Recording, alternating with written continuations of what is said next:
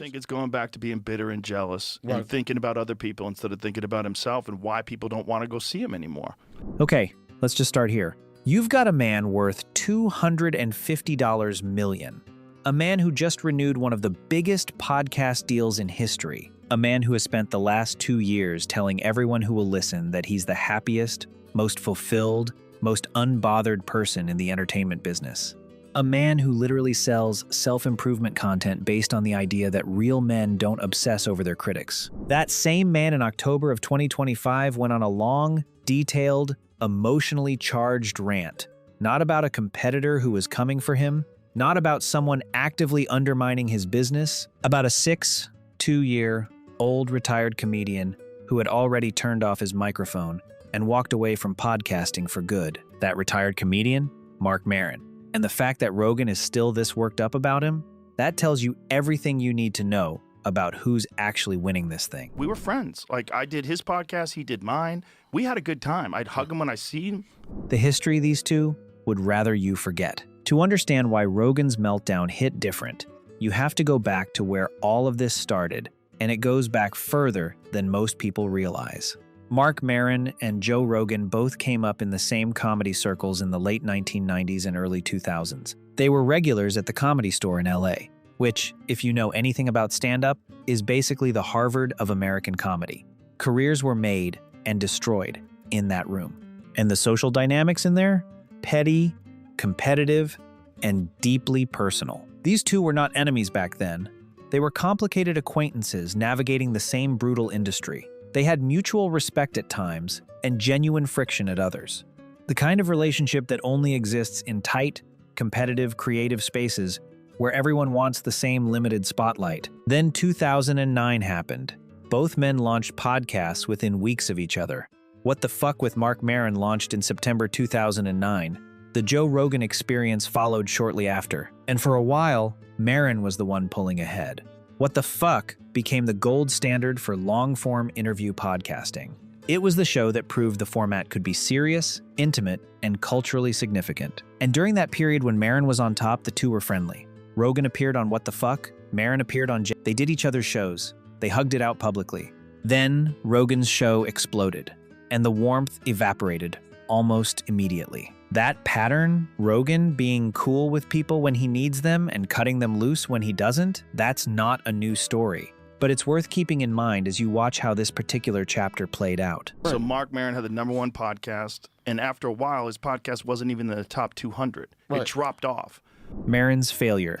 That wasn't actually a failure. Now here's the core of Rogan's argument, and we should take it seriously for a second before we dismantle it. Rogan's claim is that Maron quit because What the Fuck was failing, that the show fell off, that listeners tuned out because Maron became difficult, self-obsessed, and confrontational. That this explains both why the podcast dropped in the rankings and why Maron has spent recent years being so publicly critical of Rogan. On the surface, if you squint, there's a sliver of truth there.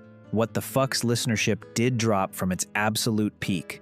The show was no longer the #1 podcast it had been in its early years. Rogan's show dwarfed it by every quantifiable metric by 2024. But here's what Rogan conveniently leaves out. What the Fuck was still averaging well over 400,000 downloads per episode in its final season. That is not a dying show. That is a massively successful, sustainably large podcast that most hosts in this industry would give a kidney to have. The show didn't collapse, it continued to deliver, right up until its final episode. And that final episode, Marc Maron closed out 1,686 episodes, 16 years of podcasting, with Barack Obama as his guest. Not a viral stunt, a genuine, earned conversation with a former president who respected Maron enough to give him 2 hours for his goodbye.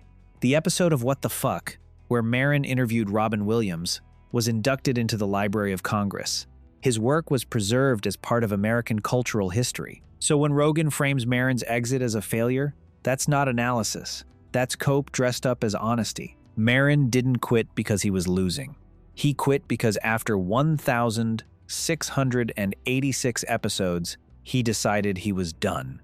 That's a man who finished something. And in a world where everyone is chasing the next deal, the next clip, the next renewal, Finishing something with integrity is actually the harder thing to do. That they don't get to dictate, what comedy is, because they've created this audience of what was primarily not comedy fans. What Maron actually said and why it got under Rogan's skin. Before we talk about Rogan's reaction, we have to talk about what actually set it off. Because Maron didn't just say Joe Rogan sucks. The critique was more specific than that, and honestly more damaging. In the months leading up to What the Fuck's finale, Maron went on a press run. He appeared on Bad Friends, on various other shows, and said what he actually thought about where comedy had gone. His argument was that the Austin comedy scene, Rogan, Tony Hinchcliffe, and that whole circle had built an audience that wasn't a comedy audience to begin with. He said they'd taken what was primarily a political audience and handed them permission to laugh at specific targets, and then called it stand-up. He called Rogan's crowd an enlightened meathead magnet. He said these comedians were assuming the last word on what comedy is, while essentially recycling 2 or 3 political talking points and packaging them as edginess. He was direct, specific, and he used his name. That's a real critique about craft, about what comedy is for and who it serves. And it's the kind of critique that's hard to dismiss, because Maron has the resume to back it up. This isn't some Twitter personality throwing rocks. This is someone who spent 16 years conducting some of the most respected interviews in the podcast format. His opinion on what makes comedy legitimate actually carries weight. And Rogan's response to all of that? He suggested Maron might have toxoplasmosis from his cats. That's not a rebuttal. That's a flinch. You go on public. You go on. That's where you shoot your missiles from. The timing that exposed everything. Here's the detail that makes this whole thing a lot less funny and a lot more revealing. Maron's final episode of What the Fuck aired on October 13th, 2025. He signed off, thanked his audience, and closed the chapter. 2 days later, Joe Rogan went on an extended rant about Marc Maron on the Joe Rogan Experience. Maron noticed. He went on his other show, Past Times, and said it plainly that Rogan had waited until he put the microphone down before firing his biggest shots.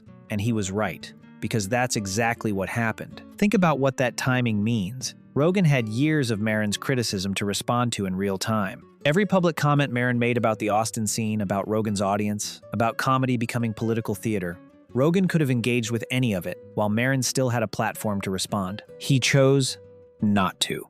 Instead, he waited until the other man was off the air, until Maron had no weekly show to respond from, until the playing field was as uneven as it could possibly be.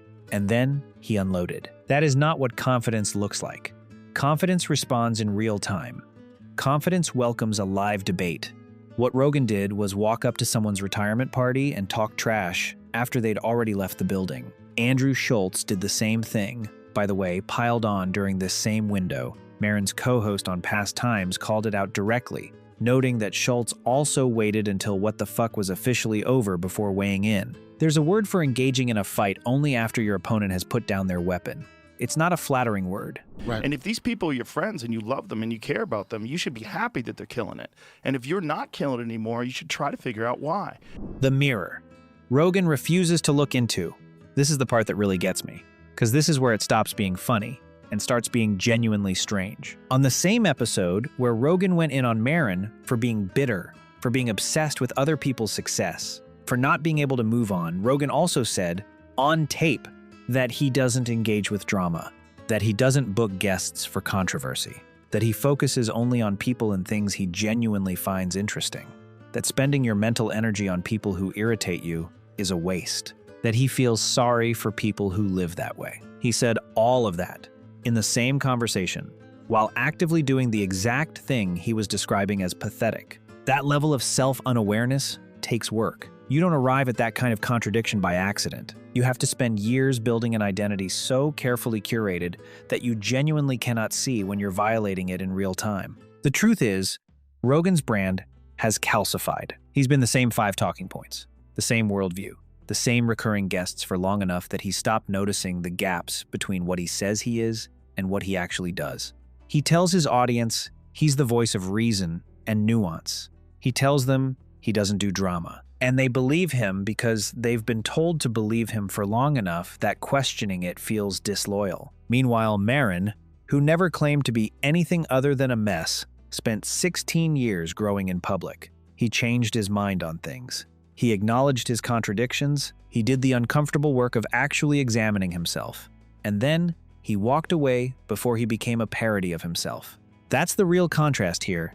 Not money, not audience size. It's the difference between someone who evolved and someone who got comfortable. You should try to figure that out. And he doesn't do that because he's instead bitter and jealous. He's always been like that. Why Maron's already won this and doesn't even care? So let's just land this plane. Marc Maron built one of the most respected podcasts in the history of the medium. He interviewed presidents, legends, icons. He created a body of work that the Library of Congress decided was worth preserving for future generations. He called out what he believed was wrong with the direction of comedy, used his real name, and said it to anyone who would listen while his microphone was still on. Then he finished on his own terms with his head up. Joe Rogan, the $250 million man, waited until Maron was off the air and then spent podcast time calling him jealous, bitter, and possibly brain damaged from cat parasites. One of these men is living in the other's head, and it's not the one with the cats. The funniest part of all of this? Maron probably doesn't spend a lot of time thinking about it. He's moved on. He said what he had to say. He's 62 years old. He's got his podcast with a co-host now. He's doing his thing. The rent he's charging Rogan is going to be free forever because Rogan keeps renewing the lease. In comedy, there's an old idea that the person who cares less wins. By that measure, this one isn't even close. That's the video. If you want more breakdowns on what's actually happening underneath the surface of comedy and podcast culture right now, not just the drama, but the real dynamics, subscribe and let me know in the comments what you thought. Is Rogan genuinely threatened by Maron's legacy, or is this just content at this point? I'll see you in the next one.